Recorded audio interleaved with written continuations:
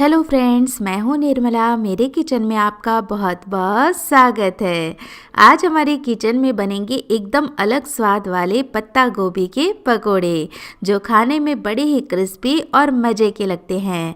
और इनके साथ बनाएंगे चटपटी चटनी भी, जिसके साथ खाने से ये और भी ज़्यादा टेस्टी लगेंगे। तो चलिए फ्रेंड्स, इस कड़ाके की ठंड में ये गर्मा गर्म कुरकुरे पकोड़े बनाना शुरू करते हैं। तो इसके लिए हमें चाहिए होगी पत्ता गोभी। तो यदि वज़न में देखें तो लगभग 500 ग्राम ये पत्ता गोभी है, या इस तरह का एकदम फ्रेश मीडियम साइज का पत्ता गोभी का पीस आप ले लें। और यहाँ पर बढ़िया से मैंने पहले से धो लिया था। धोने के बाद भी ऊपर की जो पत्तियाँ होंगी उससे हम हटा देंगे। अब इसे हम हाफ कट करेंगे।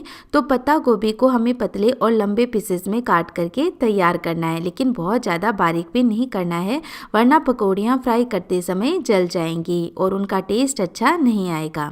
तो बढ़िया से पत्ता गोभी को चेक करने के बाद अब देखिए, इस तरह से जो हाफ कटी हुई पत्ता गोभी है उसको हम रखेंगे और चाकू की सहायता से इस तरह से इसके लंबे लंबे पीसेस काट लेंगे।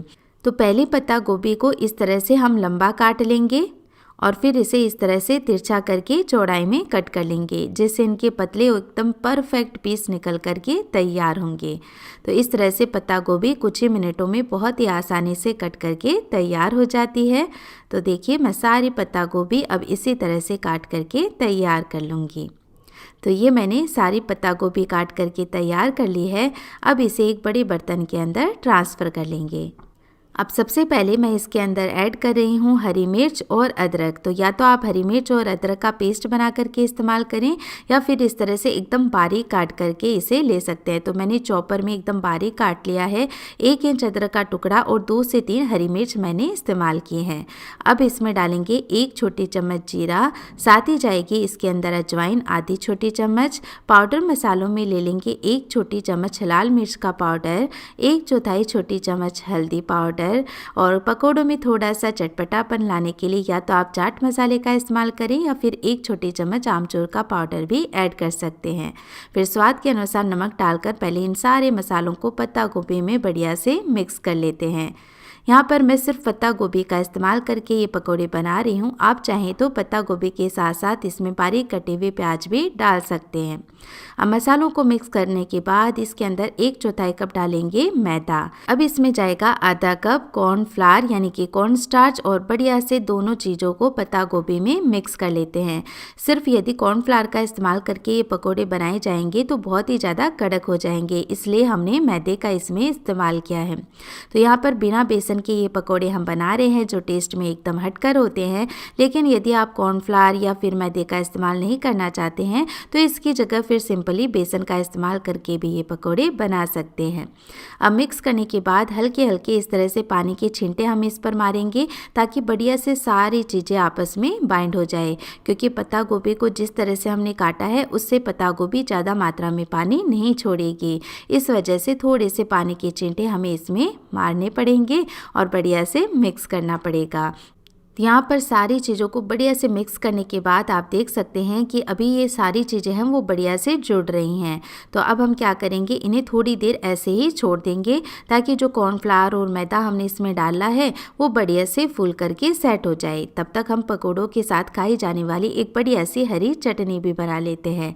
तो इसके लिए एक ब्लेंडिंग जार में मैं ले रही हूँ हरा धनिया। आप चाहें तो इसमें पुदीना की पत्ती भी ऐड कर सकते हैं। साथ ही इसमें डालेंगे 2 लहसुन की कलियां। हमने पकोड़ों में लहसुन नहीं डाला है, तो चटनी में आप ज़रूर से डालें, पकोड़े खाने में बड़े ही टेस्टी लगेंगे। आधा इंच अदरक का टुकड़ा और 1 से 2 हरी मिर्च मैंने ऐड की है। इसी के साथ स्वाद के अनुसार नॉर्मल नमक और स्वाद के अनुसार ही काला नमक इसमें ऐड करेंगे। और इसमें खट्टापन लाने के लिए 1 बड़े नींबू का रस मैं ऐड कर रही हूँ। तो अब इसमें हम डालेंगे थोड़ा सा पानी और बढ़िया से सारी चीज़ों को ब्लेंड कर लेंगे। इससे ये हमारी बहुत ही मज़ेदार चटपटी सी चटनी बनकर के तैयार हो जाती है, जो इन पकोड़ों के साथ खाने में बड़ी ही मज़े की लगती है। तो इस चटनी को तो आप फ्रिज में आराम से 6-7 दिन के लिए स्टोर करके भी रख सकते हैं। तो चलिए, चटनी बनाकर हमने तैयार कर ली है और इधर पकोड़ों का बैटर भी सेट हो गया है। तो आप देख सकते हैं कि बढ़िया से सारी चीज़ें आपस में बाइंड हो रही हैं। न तो ये ज़्यादा लिक्विड फॉर्म में है और ना ही ज़्यादा हार्ड है। तो एक बार फिर से थोड़ा सा मैंने इसे मिक्स कर लिया है। इसी तरह की कंसिस्टेंसी सी हमें पकोड़ों को बनाने के लिए चाहिए होगी। तो साइड में मैंने तेल भी गर्म होने के लिए चढ़ा दिया था।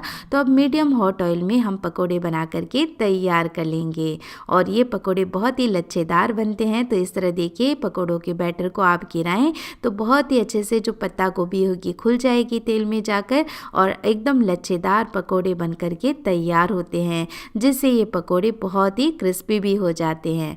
तो इस तरह कढ़ाई में एक बार में जितने पकोड़े आ जाएंगे मैं इसमें डाल दूंगी।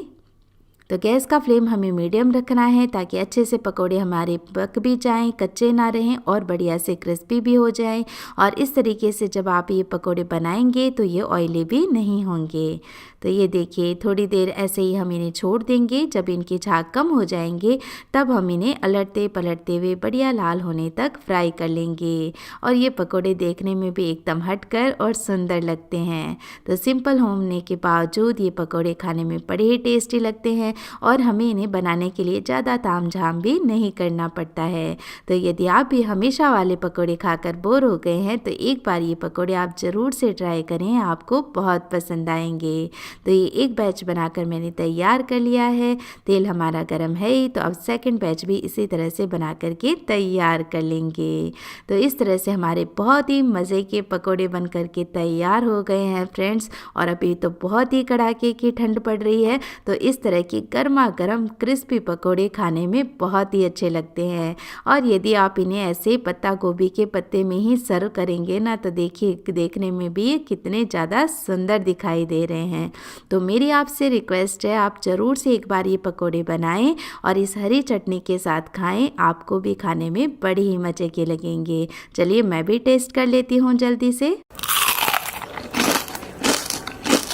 तो सुना ना फ्रेंड्स आपने इनका क्रिस्पीनेस का साउंड। तो कैसी लगी आज की ये रेसिपी प्लीज़ मुझे कमेंट करके ज़रूर बताएं। और यदि रेसिपी पसंद आई है तो प्लीज़ वीडियो को लाइक करें और साथ ही चैनल को सब्सक्राइब करना भी ना भूलें। मैं फिर से मिलूँगी आपको एक ऐसी ही और नई मज़ेदार रेसिपी के साथ। तब तक के लिए टेक केयर, बाय बाय।